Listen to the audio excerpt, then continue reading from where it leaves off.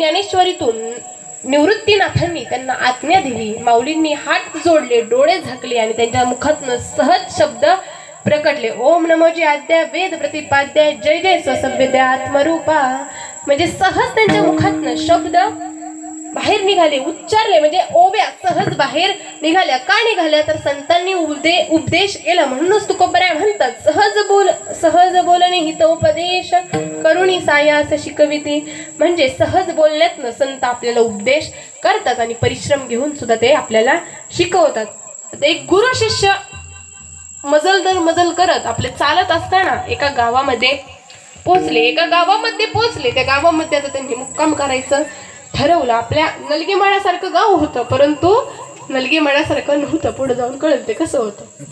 एका गावामध्ये ते गुरु शिष्य थांबले. त्या गावामध्ये थांबले, मुक्कामासाठी थांबले. आणि मुक्कामासाठी थांबल्याच्या नंतर त्या गावामध्ये त्यांनी राहण्याचा बेत केला. परंतु ते गावकरी काही शहाणे नव्हते. ते गावकरी एखादा माणूस आला की त्यांना काही खपत नव्हतं. फुकटचा माणूस आला. आता गुरु शिष्य चालत असताना, भारत भ्रमण करत असताना त्या गावामध्ये आले. म्हणजे ते गुरु शिष्य त्यांना काही देणार होते का? काही देणार नव्हते. फक्त राहणार होते. एक दिवसाचा मुक्काम करून, एका रात्रीचा मुक्काम करून दुसऱ्या दिवशी ते निघून जाणार होते. आता ते गुरु शिष्य त्या गावामध्ये राहिले. बिचाऱ्यांना राहण्या खाण्याची तर कोणी सोय केली नाही. नलगीमाळ्यासारखं गाव नव्हतं बरं का. तुम्ही म्हणताल पोरगीले आगाव बोलती, हिला कीर्तन दिलं आम्ही, आमच्या गावात कीर्तन करतील, आमच्याच गावाला नावं ठेवतील. नलगीमाळा इनामगावासारखं गाव नव्हतं. ते चांगलंच गाव नव्हतं.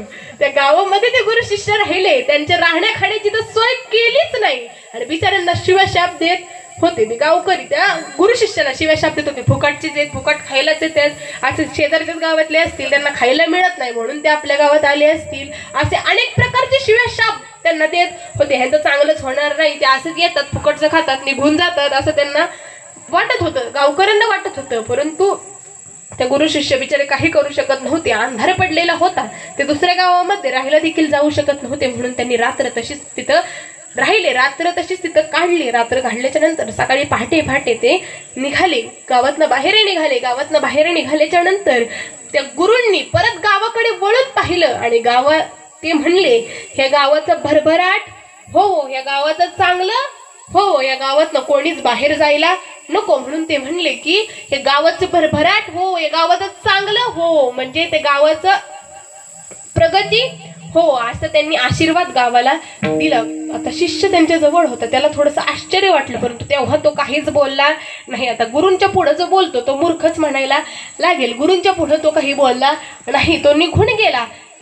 मी असंच म्हणले नाही बरं का. भागवतामध्ये मूर्खाचे 17 प्रकार सांगितले. ते मूर्ख कोण? मग गुरूंसमोर पाय पसरणारे मूर्ख, गुरूंच्या समोर बोलणारे मूर्ख, गुरूंच्या वाकड्यात बोलणारे मूर्ख. म्हणून मी म्हणलं की जो गुरूंच्या समोर बोलतो तो मूर्ख, म्हणून तो काहीच बोलला नाही. तसाच गुरूंसोबत निघून गेला. आता पुढच्या गावात गेल्याच्या नंतर तिथं त्यांनी मुक्काम करण्याचं ठरवलं. परंतु ते गाव मात्र नलगीमाळा इनामगाव सारखं गाव होतं. चांगली माणसं होती. आता मी आल्याच्या नंतर, मी आजारी म्हणल्यानंतर मी काही गोळी बिळी आणली नव्हती. म्हणलं गोळी खाल्ली की मला कीर्तनात चक्कर येईल, म्हणून मी काही गोळी खाल्ली नाही. इथं आले, सकाळी इंजेक्शन घेतलं होतं म्हणून मला बरं वाटत होतं. आता त्या बरं वाटतं ह्या आनंदामध्ये मी घरनं निघाले आणि घरनं आल्याच्या नंतर परत तिथं पोचले.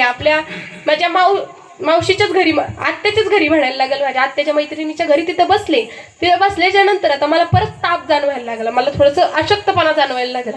तर जाणवायला लागला म्हटल्याच्या नंतर म्हणलं आता आपण काय करायचं, आता आपल्याला तर कीर्तन करायचंय. परंतु त्या घरामध्ये खरंच माझं सुंदर आदरातिथ्य केलं. त्या आत्याचं घर नव्हतं वाटतं, त्यांचं घर लांब आहे, म्हणून आम्ही इथं थांबलो. म्हणलं कीर्तन झाल्याच्या नंतर त्यांच्या घरी जाऊ.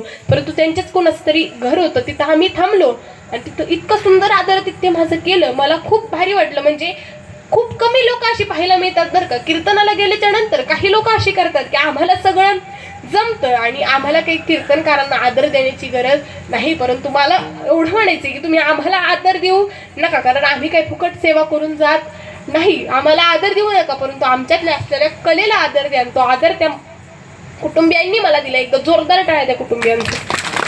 खरंच आपण जे कलाकार आहेत ना, त्या कलाकार मंडळींना आदर नाही दिला तरी चालेल, परंतु त्याच्या कलेला आदर दिला पाहिजे. आणि तसंच ते गाव तुमच्याच गावासारखं एकदम सुंदर गाव होतं. त्या गावामध्ये ते गुरु शिष्य राहिले. ते गुरु शिष्य तिथं आता मुक्कामाचं त्यांनी ठरवलं. अहो, टाळ मृदुंगाच्या घोषामध्ये त्यांचं आगमन गावकऱ्यांनी केलं. गावामध्ये त्यांना राहण्याकरिता सुंदर जागा दिली, त्यांचं खाण्याचं नियोजन केलं. आणि आता ते गुरु शिष्य होते म्हणजे ते संतच. गुरु हा संत कोळीचा राजा, गुरु म्हणजे ते संतच होते.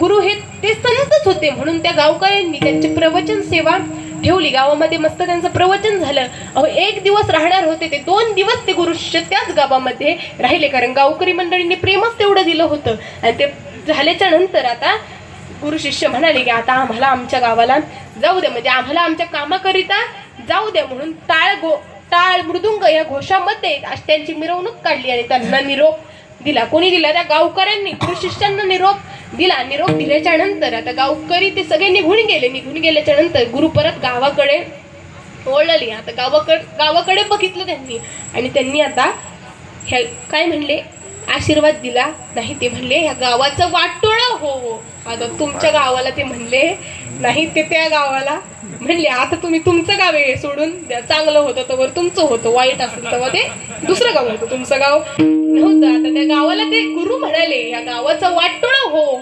आता ते शिष्याला काही राहवलं नाही. आता तो बिचारा शिष्य कवर थांबल. तिथे एक तर आश्चर्य वाटलेलं, ते मनामध्ये घेऊन तो जगत होता. आणि आता इथं अजून एक आश्चर्य त्याला मिळालं, अरे गुरु एवढ्या चांगल्या गावाला एवढं वाईट का म्हणले, याचं वाटोळं हो का म्हणले. तर त्याने गुरूंना विचारलं, गुरुजी तुम्ही ते वाईट गाव होतं त्या दुर्जन गावाला तुम्ही सुजन होण्याचा, चांगलं होण्याचा आशीर्वाद दिला आणि ह्या चांगल्या गावाला वाईट होण्याचा आशीर्वाद दिला. तेव्हा